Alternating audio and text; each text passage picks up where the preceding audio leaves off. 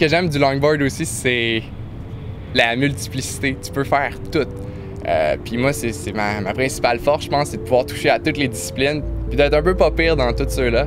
Donc, il y a le footwork, le slalom, le downhill, juste du carving bien régulier, du slide. J'aime le skateboard. J'aime aussi faire des kickflips, mais j'aime ça aller vite. Fait que le longboard répond vraiment à tous mes besoins. En fait, le footwork, ce que c'est de prendre une planche bien normale, qu'elle soit longue, courte, moyenne. C'est une planche bien normale sur laquelle tu t'exprimes, tu fais des pas qui peuvent s'apparenter à la danse, mais qui sont en fait du freestyle. C'est des combos de mouvements, tu croises les jambes. C'est une discipline qui est aussi très... c'est relax, c'est smooth. T'as pas besoin d'aller à 100 km/h pour avoir du fun en footwork. C'est aussi l'équilibre, les prouesses. Ça prend beaucoup de compétences pour se retrouver de dos à 20 km/h sur un pied puis de faire un 360 avec ça. C'est des trucs qui demandent aussi beaucoup de skills. Certains peuvent penser que le longboard est limité parce qu'on peut pas faire de figure comme telle, parce qu'il n'y a pas de kicktail, on peut pas faire de kickflip vraiment. Mais au contraire, le longboard est pas limité du tout. Ça permet de, justement, en se déplaçant et en allant plus vite qu'un vélo, ben, tu peux faire des figures, tu peux contrôler ta vitesse. Tu surfes la rue, c'est pas compliqué, là. Tu pognes de quoi qui est banal, qui est nul, qui est de l'asphalte noir. Tu transformes ça en le plus beau terrain de jeu du monde.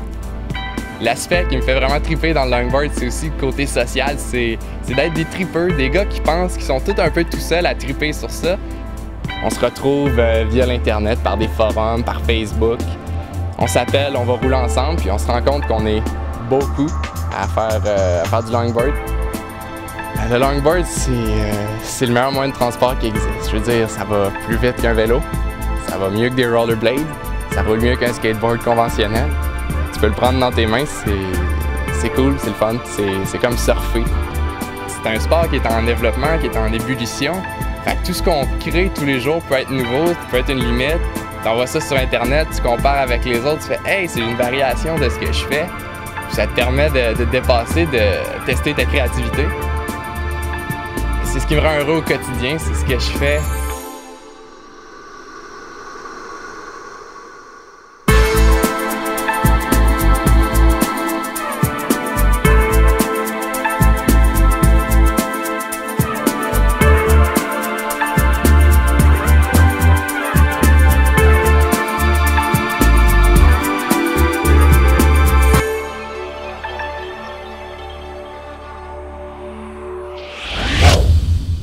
Ben, je trouve que le slide, c'est une des disciplines de longboard ou de skate où c'est vraiment freestyle, fait que c'est vraiment ton style à toi.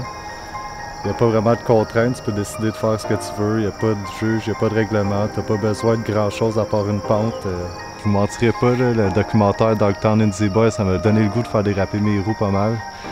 Mais surtout parce que le slide, ça mélange un petit peu la vitesse, puis tu peux garder le côté créatif du street skate aussi, c'est agressif, ça va vite. Il y a le bruit, il y a la fluidité de tout ça. Tu sais, il faut que tu fasses vraiment, il y a de la puissance à tout mettre ensemble pour arriver à un résultat qui est, quand tu arrives en bas de ta run, des fois tu fais juste payer ton skate puis tu te sens vraiment bien parce que tu as fait tout ce que tu avais dans la tête. J'ai fait du street quasiment toute ma vie avant ça. J'ai eu mon premier skateboard à 5 ans. C'est juste qu'une monnaie de réessayer tout le temps les mêmes trucs, t'as tout le temps mal aux mêmes places. Puis en faisant du longboard, il y a des affaires où tu as moins d'impact, même si tu te fais mal souvent, tu vas te graffiner. C'est pas récurrent, j'ai plus de torticolis, j'ai plus mal dans le dos.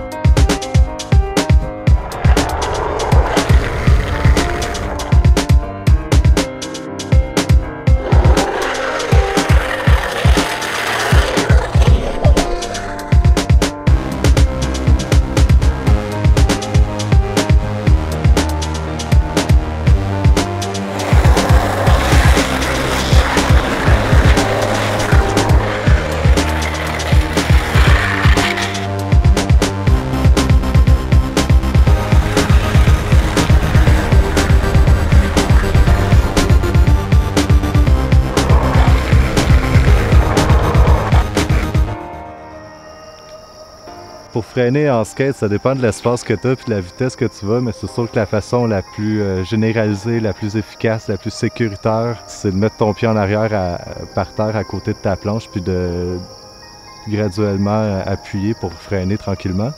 Ou sinon, quand tu as la place et tu as des gants, tu peux vraiment juste mettre tes mains à terre et faire déraper tes roues. C'est vraiment efficace si jamais tu es dans une situation d'urgence, parce que ça va freiner vraiment vite.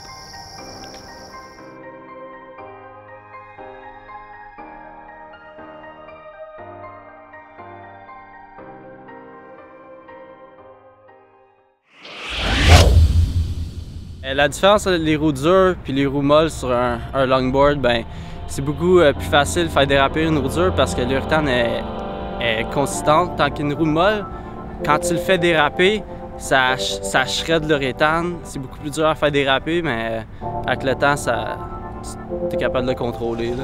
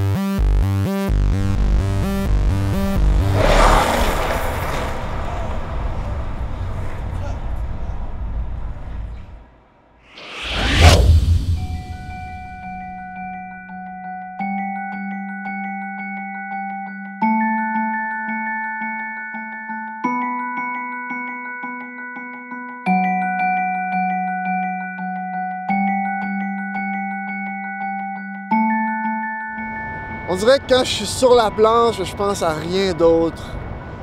C'est comme une euphorie, t'embarques là-dessus, puis je me sens ailleurs pour un moment, tu sais. Le moment que je roule.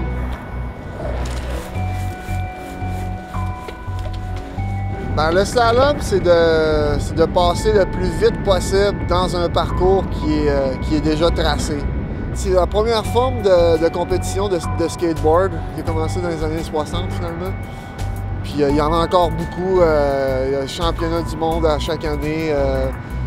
L'ajustement, le micro-ajustement est super important. Quel bushing qu'on met ici, quel bushing qu'on met là, c'est tout à notre goût. Puis ça prend quelques mois avant d'avoir la bonne recette. T'sais. De toutes les skates que je fais, c'est vraiment lui qui est le plus capricieux.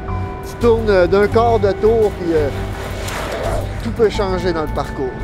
Quand on pogne un cône en compétition, ça enlève 0.01 pénalité de seconde.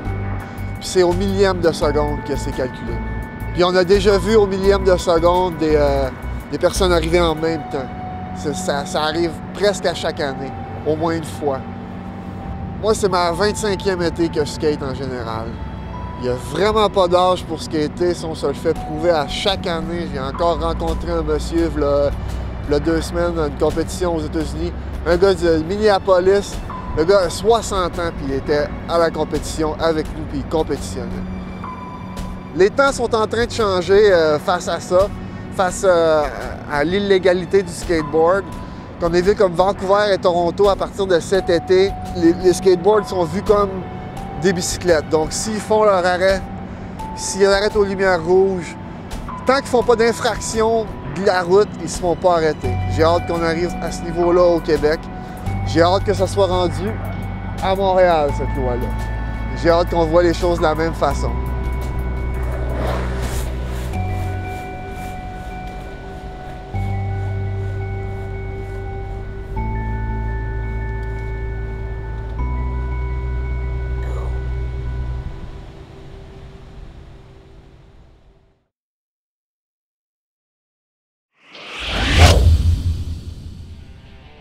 dangereux!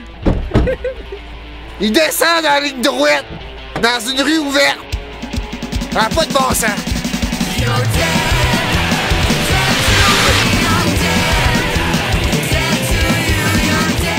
C'est pas plus dangereux que de descendre en BC. C'est des risques contrôlés. Il faut commencer petit. Tu commences avec la petite côte que tu as en arrière de chez toi. De un, apprends à freiner, mettre un pied à terre, faire des slides. Il faut que tu maîtrises ça, grossis les côtes un peu, puis grossis de plus en plus jusqu'à temps que tu aies peur. Descendre une côte vraiment vite. Pense à la plus grosse côte que tu peux trouver. Des fois, on fait 2 heures d'auto pour trouver une côte, puis la descendre dans le fond. J'ai gagné une course en 2007 au BC à Calgary. Ça, c'est le fun parce que c'était la plus grosse course au monde qu'il y avait eu. On était 150 riders. Il y avait 5 000 $ en argent au premier. Puis, c'est le fun, tu fais une journée de longboard, tu fais 5 000 $. Yeah! Si tu veux faire du downhill puis aller vite un peu, ça te prend un soude de cuir. Parce que quand tu tombes à 80-90 sur l'asphalte, ta peau elle reste pas longtemps. Sinon, j'ai un casque full face avec une visière. Mon top speed à jusqu'à date à vie, je l'ai fait cette année, ça a été 110. 110, on a les petites montres GPS, là, on passe en haut. C'était malade, là, on était à 3 qui suivaient. Puis à 110, tu sens vraiment l'aspiration de l'autre, un peu comme quand tu suis un 10 roues sur l'autoroute, là. Tu sens l'aspiration. Tu dépasses, ça faisait juste se dépasser comme ça. 110, juste le fait de passer d'un toc à te remonter comme ça, tu passes peut-être de 110 à 80. Puis à 80, tu peux faire n'importe quoi, là. Tu peux mettre ton board de côté, tu peux mettre un pied à terre. J'aimerais ça, vivre du longboard un jour. Je pense que c'est un peu le rêve de n'importe qui. Mais ça s'en vient, là. Il y a une couple de gars au BC qui commencent à être commandités, à avoir des salaires à chaque mois qui rentrent, qui se font payer les hôtels, tous les frais de course, ils ont des bonus de performance. Je pense que j'ai le talent pour me rendre là, les résultats. J'ai juste à trouver les sponsors.